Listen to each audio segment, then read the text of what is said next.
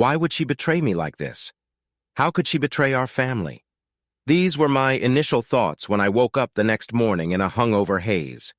I am Jonathan Fremont, and until last night I believed my wife, Susan Fremont, was a devoted spouse and my true love. As it turns out, she is indeed a loving wife, but only in practice, with her lover, not with me. She revealed that she has been cheating on me for about a year and expects me to accept it. Absolutely not. I struggled to control my anger and revisited her words from the previous night. She claimed to love both him and me, yet she insisted on spending more nights with him, leaving me with no say in the matter. She explained that he is a divorce lawyer and she was merely assisting him. That was nonsense. She confessed that he was her divorce lawyer if I didn't comply with her wishes. Oh, hell! Having seen enough courtroom dramas on TV, I knew this was a significant conflict of interest that could lead to his disbarment. I smirked. However, my smile vanished as quickly as it appeared. I still didn't know the identity of this guy, and extracting information from Susan seemed impossible without resorting to extreme measures. I briefly contemplated taking drastic action against the unfaithful doxy, but then I thought about my children. She is their mother, and I couldn't subject her to that. When reconsideration, I went over the situation again. If I didn't play by her rules, I would end up paying for her and her lover's life at my expense. I remembered a friend who had gone through a divorce and shared his strategy at the bar one night. He emptied his accounts, leaving his cheating wife with nothing to hire a lawyer. Although she secured pro bono representation, she ultimately lost to my cunning friend. However, the key difference was that he didn't have kids, whereas I do. This meant I might have to pay child support at the very least. As far as I knew, she wasn't bringing him to our house, indicating that she was likely going to his place. Curious, I called my in-laws and had a conversation with my mother-in-law, who greeted me warmly, unaware of her daughter's unfaithfulness. I casually inquired about their usual babysitting routine, to which she informed me that they usually took care of the kids 3 or 4 times a week, from 8 to 5, while Susan volunteered at the homeless shelter and food bank. Learning that Susan was deceiving even her own parents saddened me. I expressed my gratitude and mentioned that I wanted to surprise Susan next week, asking my mother-in-law not to reveal my plan. She fell for my feigned cheerfulness and assured me she wouldn't say a word. I thanked her and ended the call, saying goodbye and wishing her a great day. I examined myself in the mirror. My hair wasn't thinning as much as I feared. I shaved, combed my hair, and indeed had more hair than Detective Stabler on SVU. Now the beer gut had to go. Despite Susan's hurtful comments the night before, she was right about that. How did I let myself go like this? All that overtime, working 160 hours a week to provide for my wonderful kids and my unfaithful wife. I loved my kids. My feelings for my wife were not as strong as she wanted me to believe. First things first, I initiated the cancellation of all our joint credit cards and ordered replacements in my name exclusively. Following that, I contacted my branch manager, directing him to transfer everything from our shared savings and checking accounts into a checking account solely under my name. Automatic bill payments were also terminated. This is self-defense, ladies and gentlemen. My wife's contempt and disrespect were evident as she deceitfully portrayed me as defenseless in our impending divorce. She declared war, and it was her mistake. However, her lawyer advisor guided her on what to say. Lawyers and cops share tactics, strong-arming and intimidation, to dissuade ordinary individuals from resisting. Cops resort to it when facing a valid complaint, while lawyers employ it for out-of-court settlements. They both underestimated me. Despite being just a diesel mechanic, I'm not foolish. Having spent 4 years in Army CID, I could have pursued a career as a cop or a private investigator, yet my passion lay in working on engines, specializing in diesel engines, even as a shade tree mechanic. Now a certified diesel mechanic, I earned decent money with substantial overtime at time and a half. Dressed in sweats, I jogged to clear my mind and, admittedly, to shed some of this beer gut post-jog, I called my boss, informing him of my need to take a couple of weeks of vacation time to navigate a family crisis. He granted approval, and then it was time to fine-tune my plan. Violence was inevitable, and there would be bloodshed. I knew that much from the start. There was a chance of ending up in jail, and I aimed to avoid that. With CID experience, I knew some tricks, but it would still be tricky. Shopping was next. After showering and changing, I ventured into town. Anticipating winter, I acquired soft gloves, a black turtleneck, and a ski mask without a mouth hole. Oakley shades with a matte gray finish, and matte black frames completed the ensemble. Walmart was a convenient stop. Yes, I was going to have a lot of fun once I identified the culprit. Then I visited our local ISP shop, obtaining voice-activated recorders and a GPS system with extended life batteries. Cameras could wait. A gym bag for new clothes and matty black steel-toed work boots were also on the list. Not a stretch, considering my old work boots were worn out. That was fine, though. The new boots would replace the old ones. A sporting goods store provided an aluminum baseball bat and a large gym bag. Deciding to purchase a sport girdle for my gut, just in case, I didn't want to be identified by my gut. That was for sure. I ensured I paid cash for everything, avoiding a paper trail from a credit card traceable back to me. Someone came the hard part, playing the submissive husband when my cheating wife got home, whenever she decided to get home, that is. I wouldn't capitulate right away. Susan knows me, and she knows how bullheaded I am. I stayed out all day until what would have been quitting time, not wanting the witch to suspect anything yet. Entering the house, she wasn't home. Well, screw it. I tried her cell phone, but it was off, going straight to voicemail. Urgent, I left her a message, specifying the time and date, insisting she called me ASAP, time to mess with her head a little bit. 2 hours later, she called, and the kids were still at their grandparents' place. She sounded out of breath, expressing concern about the situation. In response, I opted to sound a bit broken up and urged her to come home immediately, emphasizing that it was about the kids. I sobbed for effect and then hung up. Susan rushed home and arrived in less than 10 minutes after my call, entering the room from the garage. Observing my pale appearance, she anxiously inquired about what was happening, expressing fear for the children. In a harsh tone, I snapped, questioning her concern and accusing her of being too preoccupied with her lover to worry about the well-being of our children. My voice dripped with venom, and my eyes reflected intense hatred. I revealed that the marriage was over, but before concluding it all, I wanted to mess with her head. I highlighted the 2 hours during which her phone was off after I had called her upon returning from work. I questioned her priorities, asking if her lover was more important to her than our own children. Overwhelmed with emotion, Susan collapsed on the living room couch, sobbing pitifully. I questioned in a lower tone, pondering the hypothetical scenario of me being in the place of the children. I wondered aloud if she would care as much, or simply call her parents to extend the kids' stay, allowing her more time with her boy toy. Despite her red, tear-stained eyes, Susan looked up at me defiantly and insisted that it wasn't like that, sobbing in the process. Expressing disbelief, I accused her of using our children as weapons against me. Slowly shaking my head, I clarified that my intention was not to do that, but rather to make her realize the potential consequences of her actions. I questioned how she would explain being 2 hours late for something important, and how we could keep such incidents a secret when her phone was off. I also highlighted the possibility of emergencies with her parents and the kids trying to reach her. Unable to fathom her actions, I maintained a low, even tone, stating that she had done this to herself by getting involved with her boyfriend. I expressed missing my wife and emphasized that the kids missed their mommy. Despite her parents' love, they loved her more, causing her to pale. Deep down, she knew I was right, but her stubborn pride prevented her from admitting it. In response to my observations, Susan shrieked, her face reddened with rage and a hint of guilt.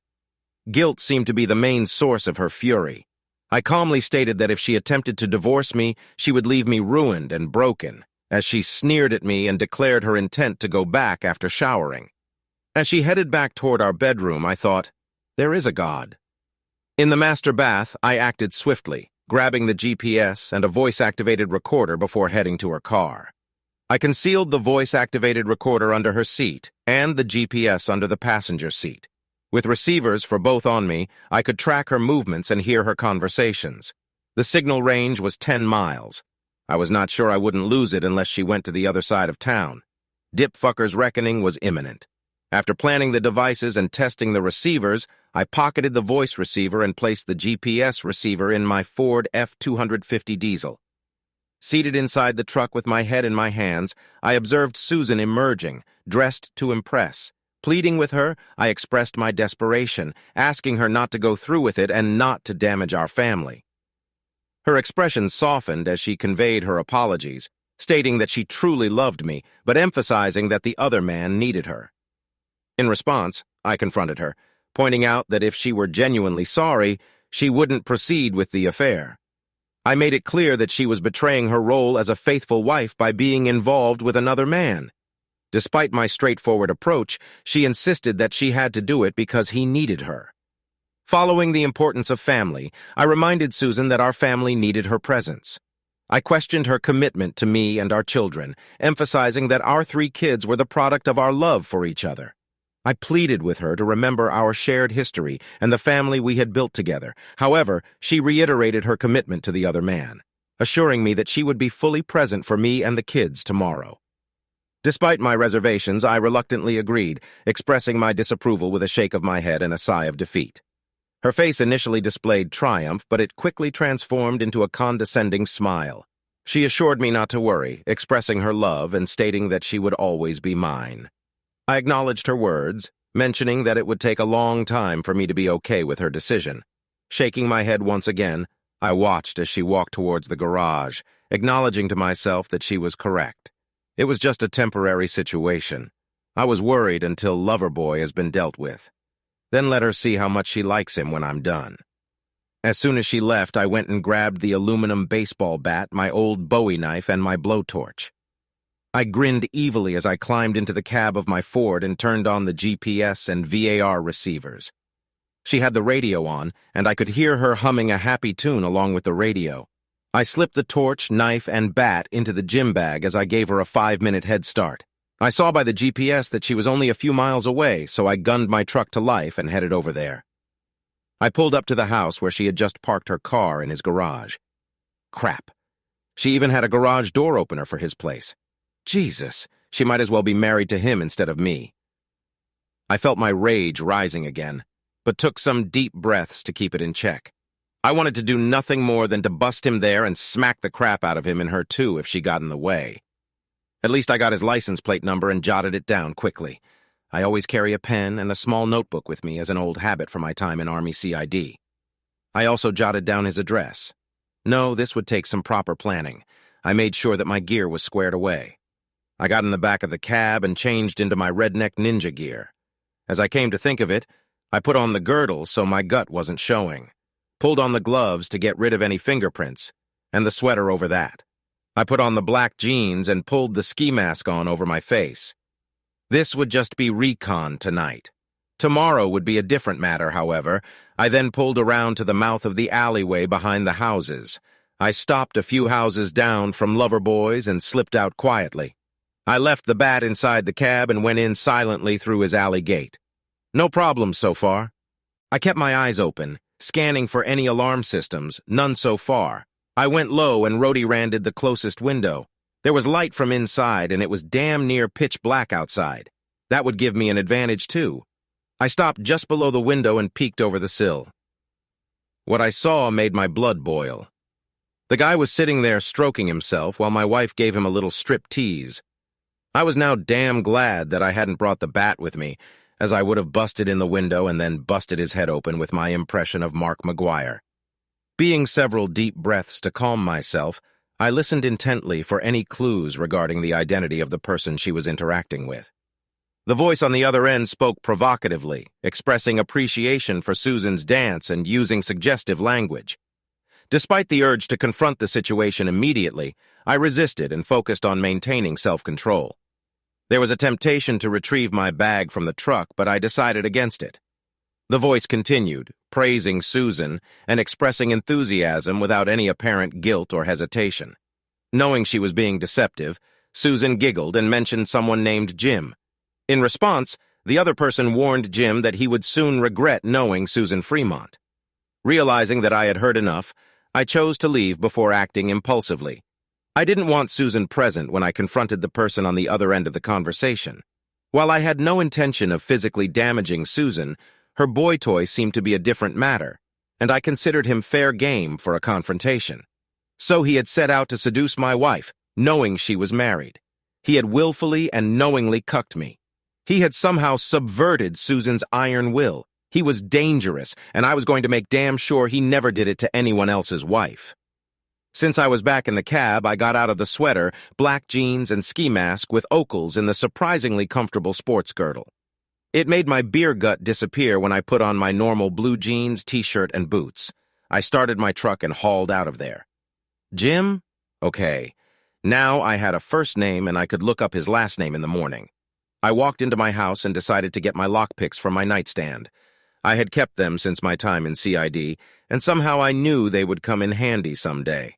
I called my mom and asked if she would like for the kids to stay overnight, and she said sure, she missed her grandkids, so I promised to bring them by in the morning for her to watch. I then called Susan's folks to let them know that I would pick up the kids later in the morning, and while they loved their grandchildren, they were relieved that I would be picking them up and taking them to my mom's place. I packed a suitcase with some of my clothes and boxers and shoved it in my closet. It was getting close to the end game now. She was going to realize just how much she had lost within the next 72 hours. I got to bed early and awoke early the next morning, after another morning jog and an actually healthy breakfast. Today, I got on my old laptop and looked up Jim's address and license plate number. Mr. James Robert Stevens was his name. He was indeed a divorce attorney, and he also really had lost his wife in an accident several years back, so they weren't lying about that. He had, however, used it to seduce my wife. The dirtbag was using his personal tragedy to steal another man's wife, my wife. Typical a hole. The news of his loss actually made me feel even better for what I had planned for his holiness. He was going to know true pain, not the pain of loss that he had suffered before, but the pain that comes with the consequences of stealing another man's wife. I went to work as usual, still on my sabbatical, and parked in the parking lot. I then jogged to the bank and picked up my new ATM card and credit cards. Once those were in hand, I pulled $300 out of the ATM and rented a car from the Hertz rental place down the street from the bank. The car I rented was a nondescript sedan, and with my gym bag transferred from the truck to the car, I parked down the street from Leverboy's house. I used myself to call Susan, and surprisingly, she picked up after the first ring. I mentioned being on a short break at work and inquired about how long she intended to let the kids stay at her parents' house until Monday. She asked why, and I suggested that my mom could watch them for a while, as they were her grandkids too, and she missed them. I delivered the statement in a reasonable tone, concealing my growing resentment. Susan agreed nonchalantly, and I lied again, saying that my mom would pick them up shortly. In a hopeful tone, I asked if I could expect some affection at home when I finished work. There was a long silence before Susan muted her microphone and reluctantly agreed, stating that it was only fair, as she had promised to be all mine that night. Her quick compliance surprised and worried me. I continued the charade, claiming that I was leaning toward her perspective, but emphasizing my desire for equal time with her. Even expressed happiness, believing I was thinking clearly. I played along, insisting that we needed to talk when she got home, but proposing a special weekend plan. She happily agreed, unaware of my true intentions. As the conversation took a lighter turn, I instructed her to be showered and prepared for my arrival, mentioning my early departure from work. Despite the convincing tone, I felt a sense of disgust at my own performance. However, recent days of jogging, healthy eating, and abstinence from drinks had improved my stamina, making me more confident about the evening. I joked about going down on her, and she laughed, assuring me that she always showered and douched after being with the other man, a claim I knew was likely untrue. She assured me that she would be showered and ready for me, expressing her intention to see me tonight. After ending the call, I placed my cell phone back in my pocket. I swiftly changed in the back seat of the sedan, becoming the redneck ninja once again, although without my ski mask and shades. I slumped down in the car and waited, parked in the opposite direction, anticipating Susan's return home. Despite her lack of awareness, I couldn't afford to be careless.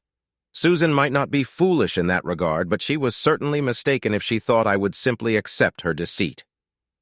Starting the car, I pulled into the driveway of an abandoned house a few doors down and across the street from Jim's place.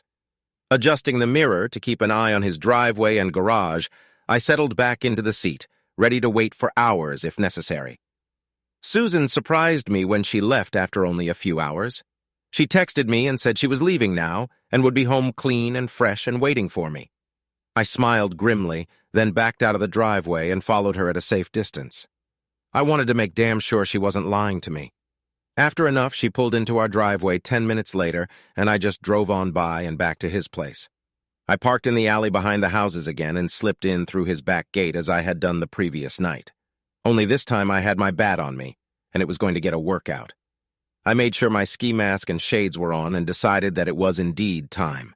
I looked in his bedroom window and the lover boy was asleep. I smiled grimly, then tried the back door. It was unlocked, so I didn't even need to pick the lock. What an arrogant a-hole. Fine by me. Now, some of my preferred movies include the Dark Knight trilogy, featuring Christian Bale, Michael Caine, and a bunch of other talented actors. One aspect I particularly enjoyed was how Bale altered his voice as Batman. I had the full redneck ninja persona going on, and upon entering his bedroom, he was still fast asleep, likely from a night spent with my wife.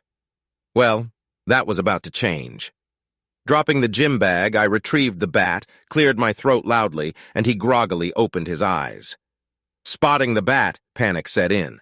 I aimed for his knee, shattering his kneecap, severely limiting his mobility. He screamed, and I struck again, breaking his other kneecap, rendering him immobile.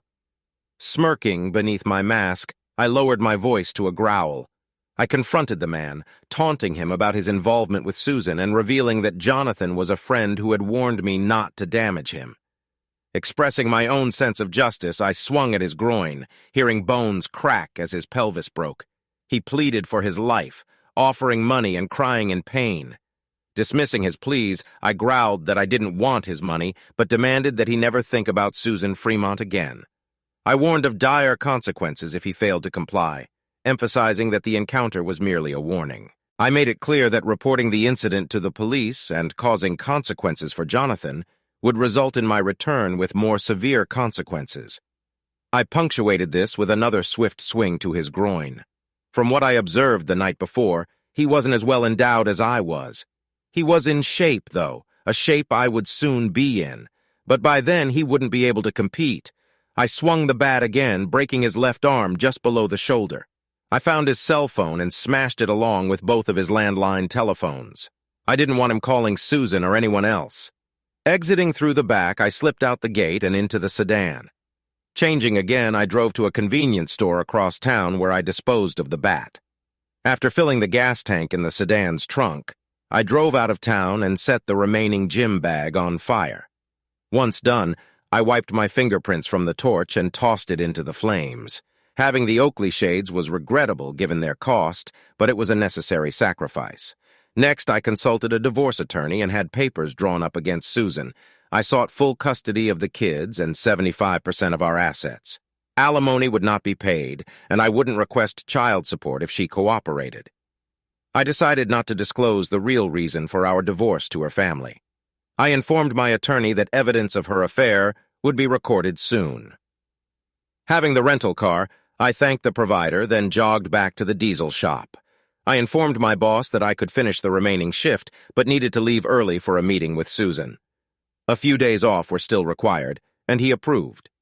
After completing my work in the shop, I bought a prepaid cell phone on the way home. Activating it, I called emergency in my altered voice, reporting the incident involving Mr. James Robert Stevens and providing his address. I discarded the phone into a nearby canal.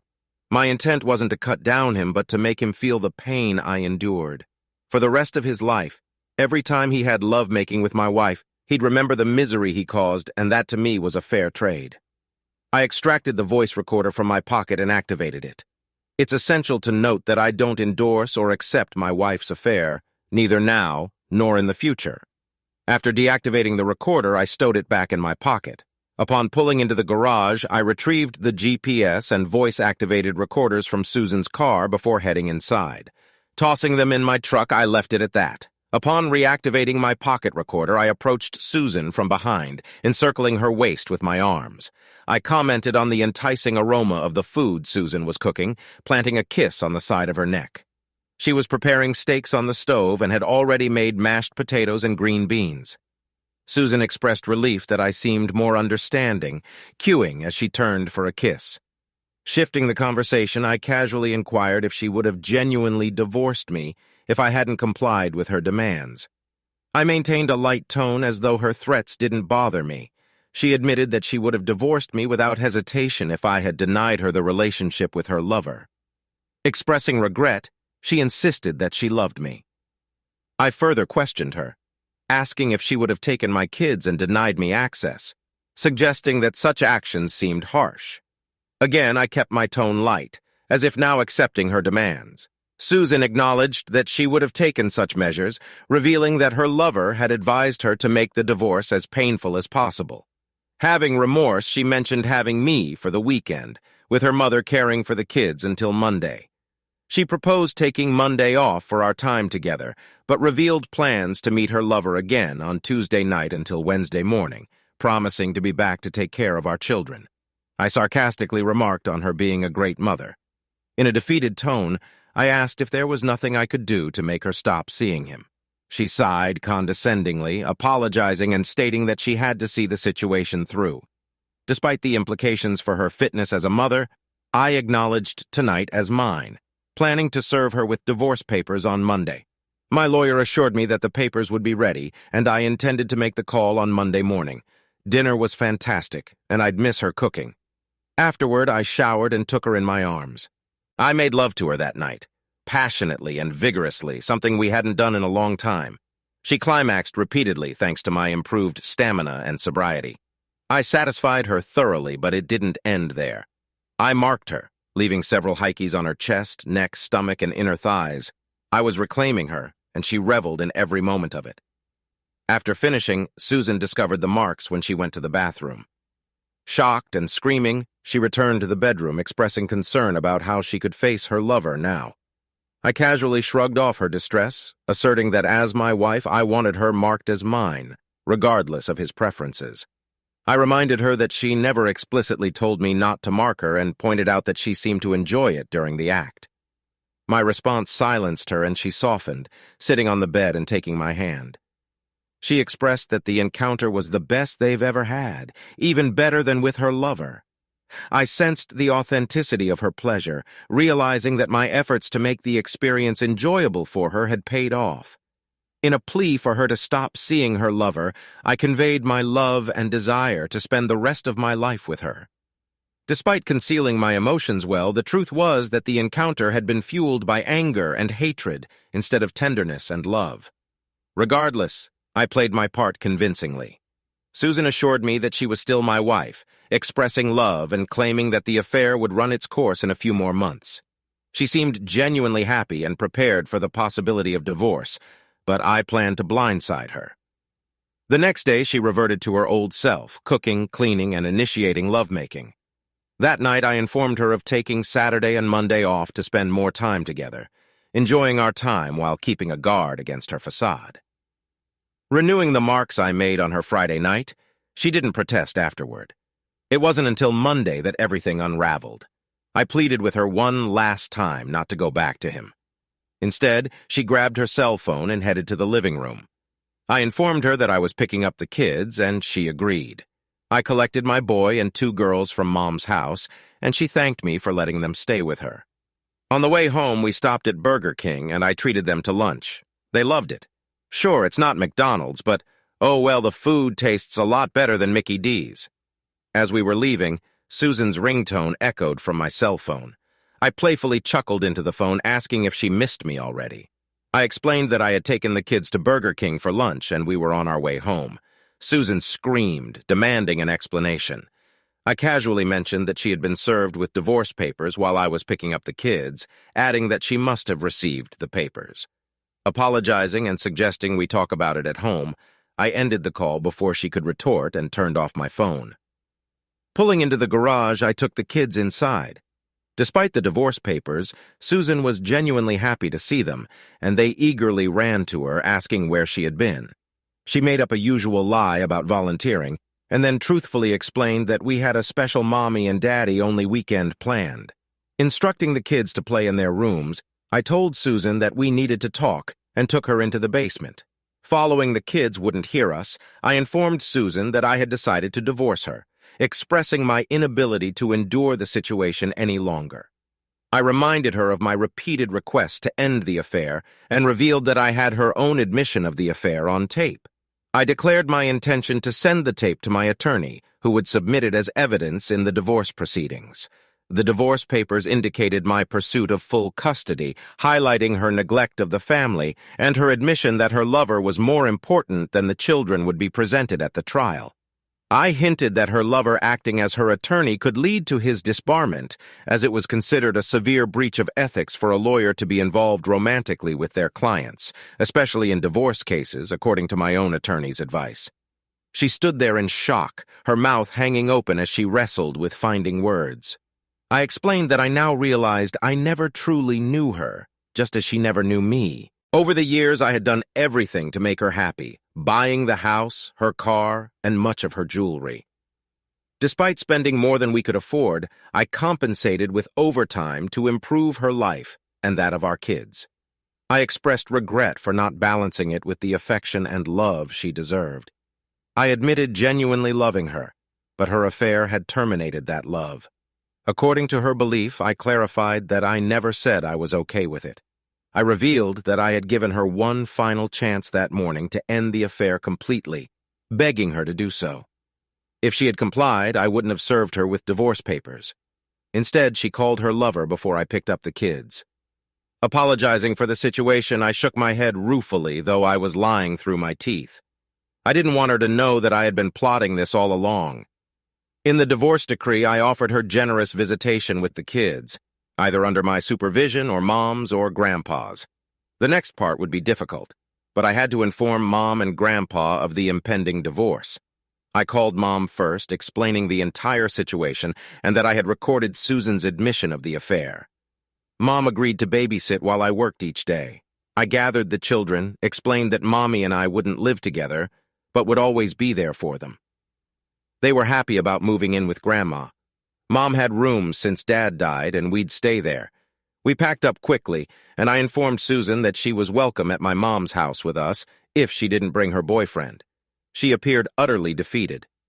2 days later, she discovered that Jim was in the hospital. When she called, I was back at work, asking her what was up.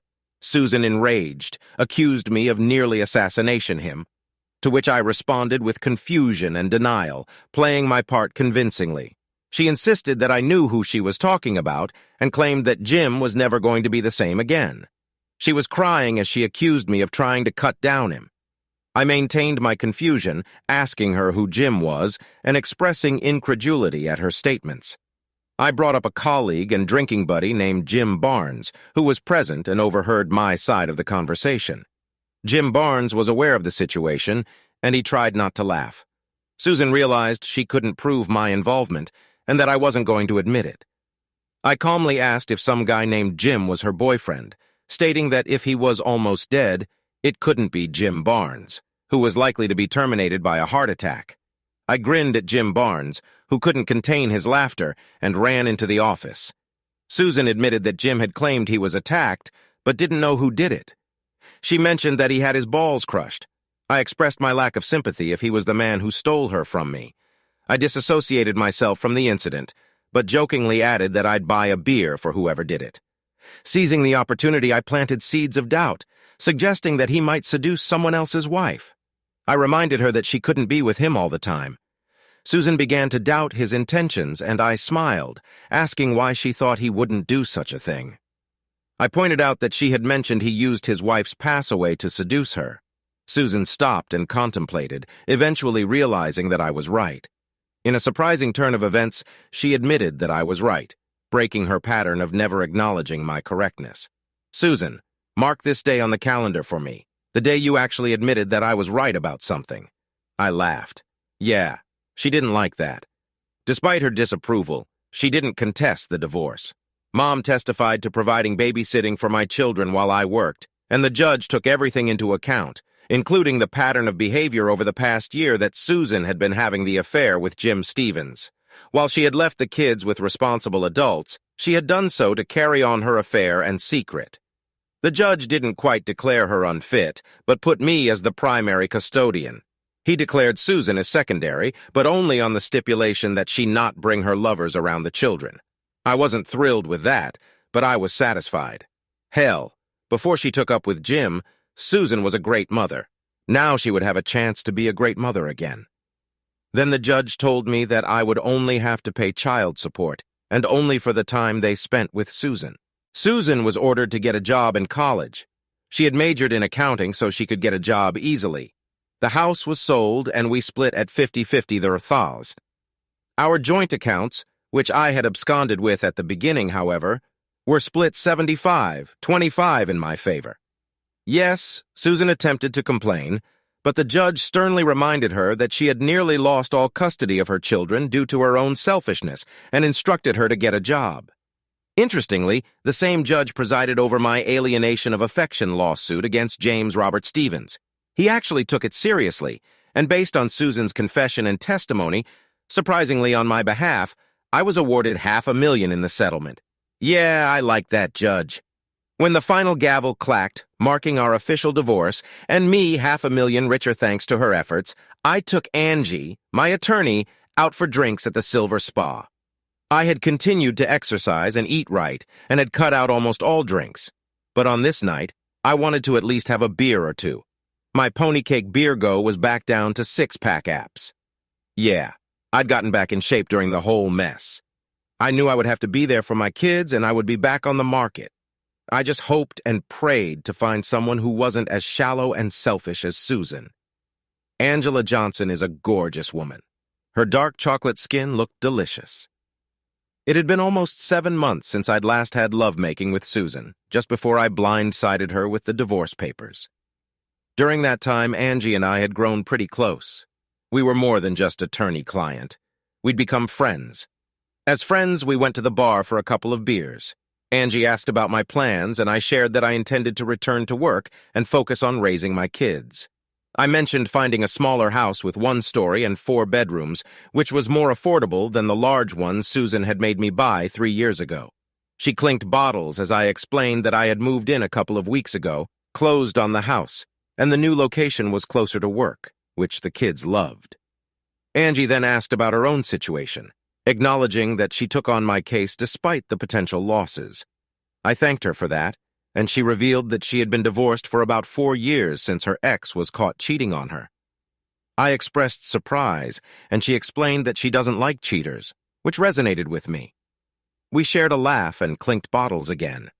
As our professional relationship concluded, Angie surprised me by asking if she could fire me as a client. Puzzled, I inquired about the reason, and she humorously mentioned that she doesn't date clients. I agreed, and she fired me with a smile, suggesting that we go to her place so she could cook for me. Fast forward 6 months, Angie and I have been dating, and it has been a joyful period. As a high-powered divorce attorney, Angie is not high maintenance, especially compared to Susan. She loves me and my kids, and we find it adorable that the children call her Mommy, too. Angie has moved in with us, and Susan joins us for dinner some nights when she takes the kids for the weekend. Angie and I share a fulfilling life together, enjoying each other's company and the pleasures of a great relationship. As for the idiot, he never recovered from what I did to him. He stepped penniless and alone after all his wife's insurance money went to paying his medical bills, court fees, and my alienation of affection lawsuit. Good. To hell with him. Susan seems to be doing much better now since her hormones were really out of whack. At least according to her doctor, she's been taking supplements and seems to be on much more of an even keel now. She has a steady job at an accounting firm in our town and is making some decent money. I've been promoted to supervisor of the diesel shop and make as much now for 40 hours as I used to for 60. I now have plenty of time to spend with my kids and with a new woman in my life. Susan will have to live with the crap she's done, and that's good enough for me. She blames herself for everything now, and I'm not even going to try to console her. She doesn't even date since she says she's still in love with me. Bull crap. But whatever. She'll have those regrets for the rest of her life, and part of me hopes she chokes on them. Am I still a little bitter? Yeah, I have to admit that I am. Luckily, Angie is here to help take my mind off the crap my ex put me through. Yeah, life is pretty damn good now.